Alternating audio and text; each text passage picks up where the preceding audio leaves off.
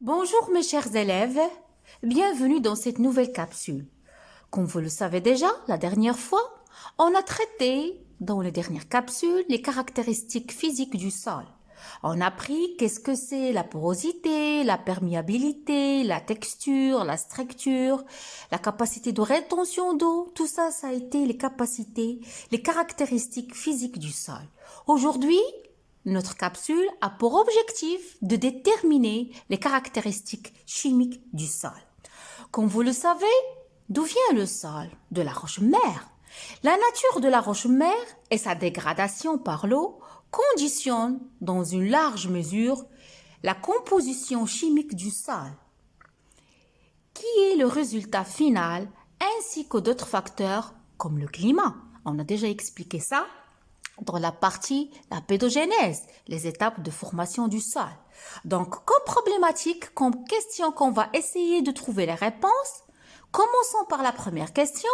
Quelles sont les caractéristiques chimiques du sol? Et quels sont les facteurs qui influencent les caractéristiques chimiques du sol? Première caractéristique que je veux commencer, on va commencer à étudier l'acidité du sol. Hamziyat at-turba. Qu'est-ce que c'est l'acidité du sol? Qu'est-ce que c'est le pH du sol?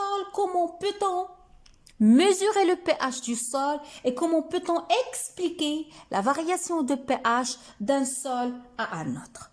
Tout d'abord, essayons d'expliquer la notion de acidité du sol.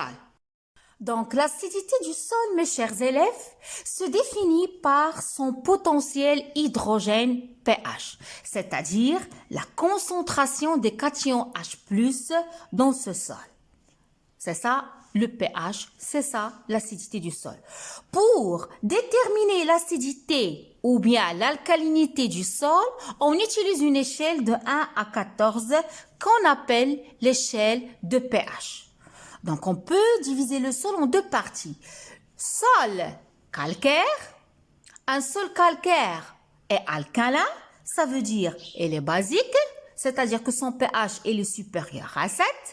Et un sol argileux, que je vais le nommer un sol siliceux, c'est-à-dire qui est acide, qui a un pH inférieur à 7. Donc, voilà notre échelle pour que vous la compreniez très bien. Ça, le pH, il est égal à 7, c'est-à-dire une solution neutre. Lorsque le pH il est inférieur à 7, quand vous voyez pH de plus en plus acide, c'est-à-dire la concentration de H+, elle est très élevée, on parle d'un sol siliceux. Lorsque le pH il est supérieur à 7, c'est-à-dire on a un pH de plus en plus basique, les concentrations de H+, ils sont très faibles, on parle d'un sol calcaire. J'ai défini qu'est-ce que c'est l'acidité du sol, qu'est-ce que c'est le pH. Mais posons la question suivante. Comment peut-on mesurer l'acidité du sol? Comment peut-on déterminer le pH du sol? Donc, il y en a deux méthodes. Je vais vous montrer la photo, puis je vais expliquer plus tard. Donc, regardez, ça c'est quoi? Ça, c'est un papier pH qui nous aide à déterminer, qui nous aide à mesurer le pH du sol. À ma droite, ça c'est un pH mètre, si vous voyez très bien, c'est un pH mètre qui nous permet de mesurer l'acidité du sol. Donc, comme je viens de dire, deux méthodes qui nous permettent de mesurer le pH du sol, le pH mètre et le papier pH. Le protocole expérimental à suivre, c'est-à-dire on prend notre échantillon du sol et on le met dans un bécher. Ok, c'est ça la première étape. La deuxième étape, on ajoute une quantité d'eau distillée sur cet échantillon.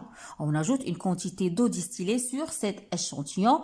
Puis, on va agiter et filtrer le mélange. On agite et on filtre le mélange avec un papier filtre, waraq at-tarshih. Puis, à ce moment-là, on peut mesurer le pH de la solution du sol, soit par pH mètre, soit par papille pH. Voilà la photo qui va vous permettre de voir ça. Donc, comme vous voyez, le sol 1, c'est un sol calcaire qui a un pH supérieur à 7 et le sol 2, c'est un sol siliceux qui a un pH inférieur à 7.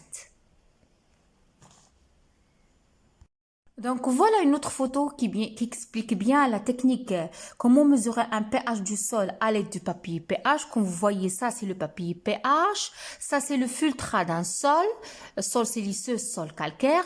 On introduit le papier pH et on regarde la coloration. Comme vous voyez, pour le sol siliceux, on a obtenu une coloration orange. Pour le sol calcaire, on a obtenu une coloration vert foncé.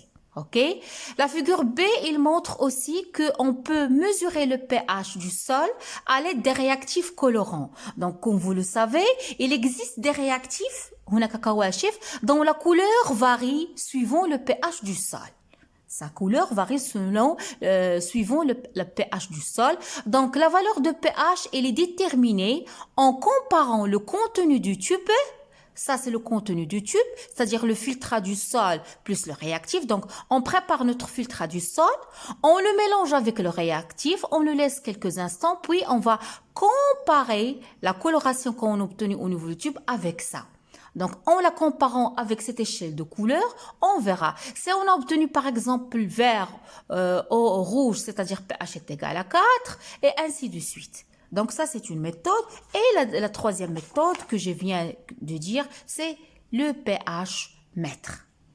Donc, j'espère, mes chers élèves, que vous avez pu comprendre qu'est-ce que c'est la notion d'acidité du sol, comment peut-on mesurer le pH du sol. Il nous reste à déterminer quelles sont les caractéristiques qui influencent sur le pH du sol. Pour trouver la réponse, je vous donne rendez-vous à la prochaine capsule, Inch'Allah. Abonnez-vous à ma chaîne, laissez-moi des commentaires. Au revoir.